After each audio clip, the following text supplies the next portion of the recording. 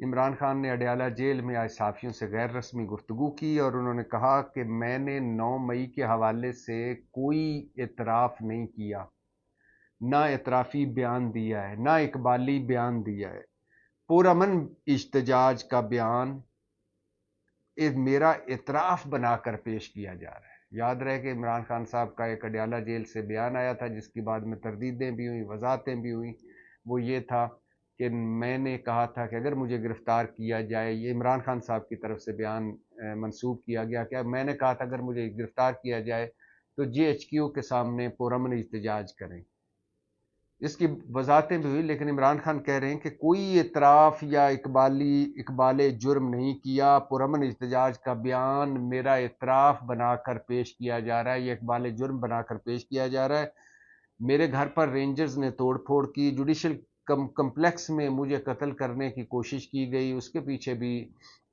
مجھے رینجر نظر آئی، اسلام آباد ہائی کورٹ سے رینجر نے گرفتار کیا۔ یہ ضرور فیصلہ کیا تھا ان چیزوں کے بعد کہ احتجاج وہاں کیا جائے جہاں سے یہ سب ہو رہا ہے، مطلب کنٹونمنٹ ایریاز، مطلب JHQ، مگر ہمارے لوگ پرامن تھے، ہم نے پرامن احتجاج کا کہا، ہم نہ فوج سے لڑائیاں چاہتے ہیں، ہم نہ فوج سے لڑنا چاہتے ہیں، ہم نہ دھاوے بولنا چاہتے ہیں، ہمارے ساتھ بھی ہمارے احتجاج میں لوگ گھسا دیے گئے۔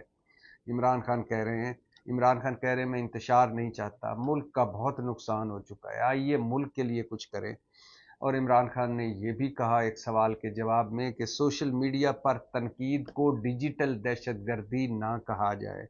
اسے دہشت گردی سے نہ جوڑا جائے۔ عمران خان نے بتایا کہ ان کے پاس